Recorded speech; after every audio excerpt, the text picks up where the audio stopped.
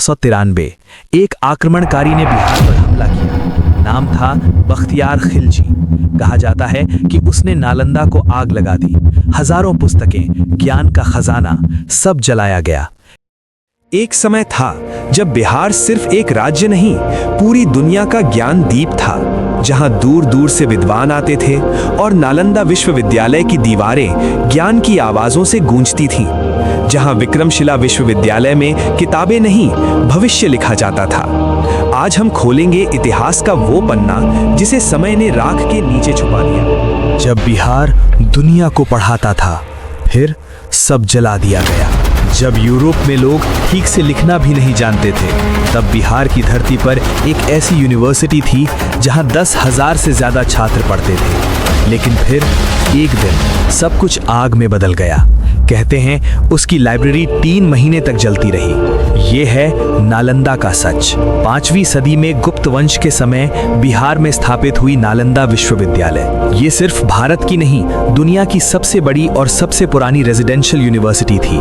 यहाँ 10,000 से ज्यादा विद्यार्थी, 2,000 आचार्य, 300 से अधिक कमरे, विशाल पुस्तकालय। चीन, कोरिया, तिब्बत से छात्र यहाँ पढ़ने आते थे। एक चीनी यात्री शुएंग ज़ैंग कई साल यहाँ रहे। उन्होंने लिखा, नालंदा में प्रवेश पाना आसान नहीं था, पहले परीक्षा देनी पड़ती थी। सोचिए, उस समय भी एंट्रेंस एग्जाम होता था। नालंदा में एक विशाल पुस्तकालय था, धर्मगंज।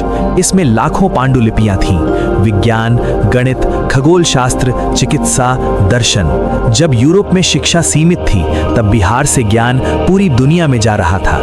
तुलना की जाए तो यूनिवर्सिटी ऑफ ऑक्सफोर्ड भी उस समय इतनी विकसित नहीं थी।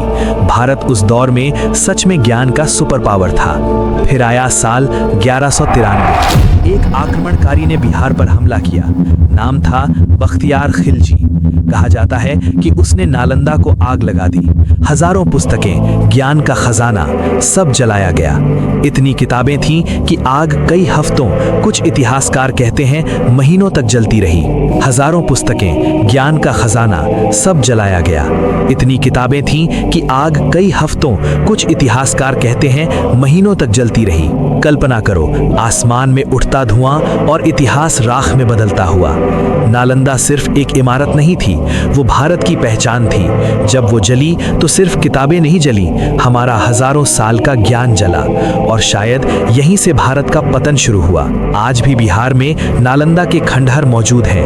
वो टूटी हुई दीवारें आज भी गवाही देती हैं कि कभी यहाँ दुनिया झुकती थी। सच को जलाया जा सकता है, लेकिन उसकी राख से उठी कहानी हमेशा जिंदा रहती है। और नालंदा आज भी उसी कहानी का नाम है। क्या आपको लगता है भारत सच में 800 साल पहले सुपर पावर था? अपनी राय नीचे कमेंट में जरूर लिखें। अगर वीडियो पसंद आए तो लाइक, शेयर और सब्सक्राइब जरूर करें।